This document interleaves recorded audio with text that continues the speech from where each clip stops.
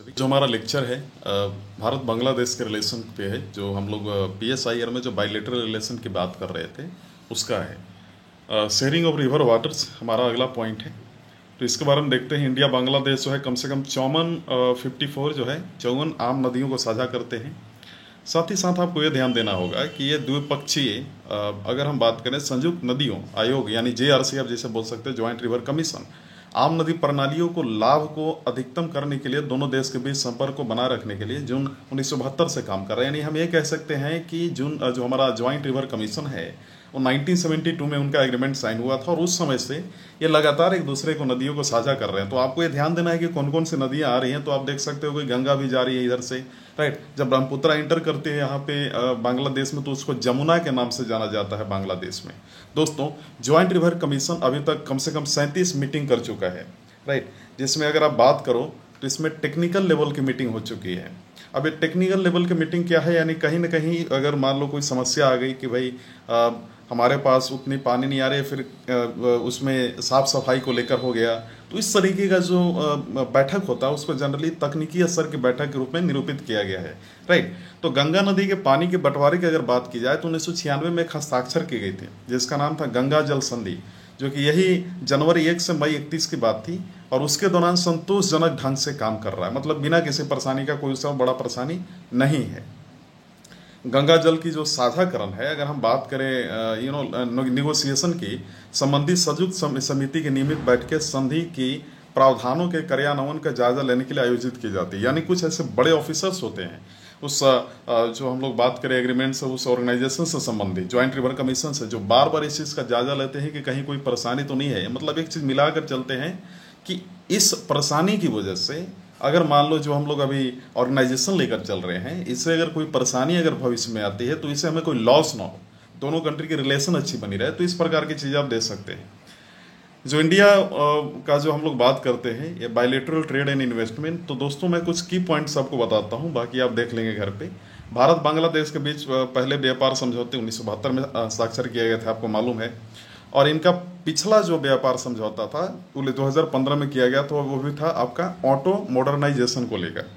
इस प्रावधान के साथ 5 साल की अवधि के लिए PM की यात्रा नवीनीकृत किया गया था। यानी 5 साल की अवधि का मतलब 5 साल PM मोदी का जब भी ये करेगा इससे संबंधित और इससे ही संबंधित नहीं ऑटो सेक्टर से, बल्कि किसी से भी पॉइंट से संबंधित मुद्दों को लेकर वो बांग्लादेश जा सकते हैं।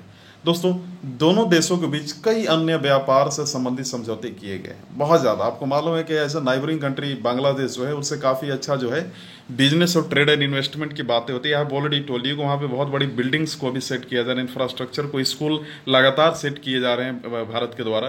भारत और बांग्लादेश के बीच द्विपक्षीय व्यापार पिछले एक दशक से लगातार बढ़ा है।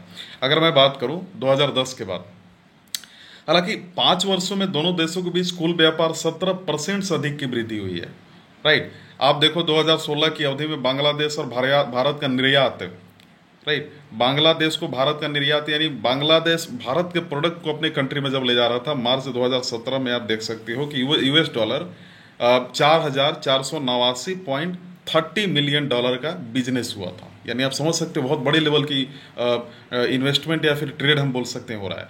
अगर आप वित्त वर्ष 2016 और 17 की बात की जाए तो दोस्तों यहाँ देखना है कि वित्त वर्ष का मतलब क्या होता है। यानी 2016 के मार्च 31 से लेकर 2017 के मार्च 31 तक, राइट। तो ये 1 साल का जो पूरा अवधि है इसको वित्त वर्ष यानी फाइनेंशियल ईयर के नाम से जाना जाता है। 2016 और 17 के दौरान बांग्लादेश से आयात यानी इंडिया में जो आया, तो इसे हम बोल सकते हैं कि $, पे खड़ा है। आप इसे देख सकते हो कि ऐसा नहीं, हम लोग जानते हैं कि वहाँ पे रुपया और हमारे यहाँ रुपया है, इसके बावजूद भी ये डॉलर के मुकाबले बिजनेस करते हैं। दोस्तों, करीब जो बिजनेस हुआ था 2016-17 के दौरान 672.40 मिलियन का हुआ था। भारत ने 2011 से दक्षिण एशियाई मुक्त व्यापार क्षेत्र यानी SAFTA, south Asian free trade agreement जिसको बोल सकते हैं, जिसमें बांग्लादेश और कुछ साउथ ईस्ट की कंट्री शामिल है, के तहत तंबाकू और शराब को छोड़कर सभी टैरिफ लाइनों पर बांग्लादेश को शुल्कों मुक्त कोटा प्रदान किया गया है। यानी हम ये बोल सकते हैं कि जो भी बांग्लादेश में हमारी प्रोडक्ट्स आते हैं या फिर वहाँ से आते हैं, हम लोग उस पर कोई एक्स्ट्रा टैक्स नहीं लेते हैं।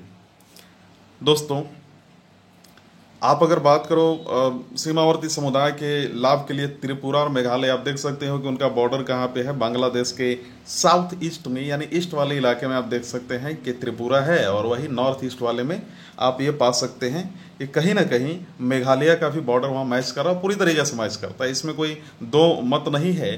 और सीमावर्ती समुदायों के लिए त्रिपुरा और मेघालय में दो बॉर्डर हट बनाए गए, जो कि दो प्रत्येक की स्थापना की गई थी।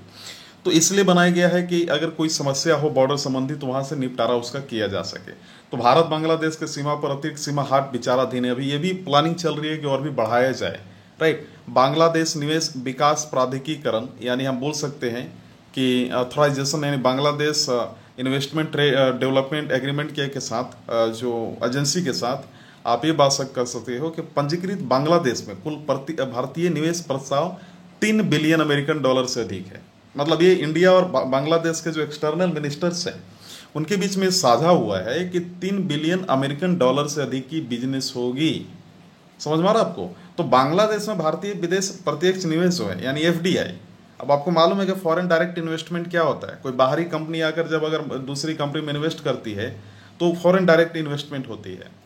तो भारतीय विदेशी विदेशी प्रत्यक्ष निवेश बांग्लादेश में, यानी भारत की जो कंपनीज हैं, यानी 2015-16 में लगभग 88 बिलियन अमेरिकी डॉलर तक पहुंच गए हैं, यानी एफडीआई का निवेश। हमारी कंपनी वहां पे इतने 88 बिलियन अमेरिकन डॉलर का जो है, अमेरिकी डॉलर का निवेश कर चुका है, इतना पैसा खर्च कर चुका है। तो अप्रैल 2017 में पीएम शेख हसीना की यात्रा के दौरान बांग्लादेश में बिजली और ऊर्जा क्षेत्र में मुख्य रूप से भारतीय निवेश के लगभग 10 बिलियन अमेरिकी डॉलर के 13 समझौतों पर हस्ताक्षर किए गए थे। अब देख सकते हो कि बांग्लादेश जब पीएम शेख हसीना जब इंडिया में आई थी, लगभग ये 2017 की बात है, अप्रैल की, तो उन्होंने भारत के साथ कुछ समझौते किए, और वो समझौता था बिजली और ऊर्जा को लेकर, यानी इलेक्ट्रिसिटी और एनर्जी के फील्ड में लेकर। तो उन्होंने कम से कम 13 समझौतों के साथ हस्ताक्षर किया, जिसमें 10 बिलियन अमेरिकी डॉलर की बात की गई थी।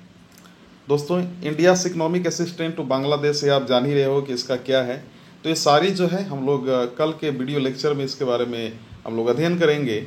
और आज का वीडियो देखने के लिए धन्यवाद।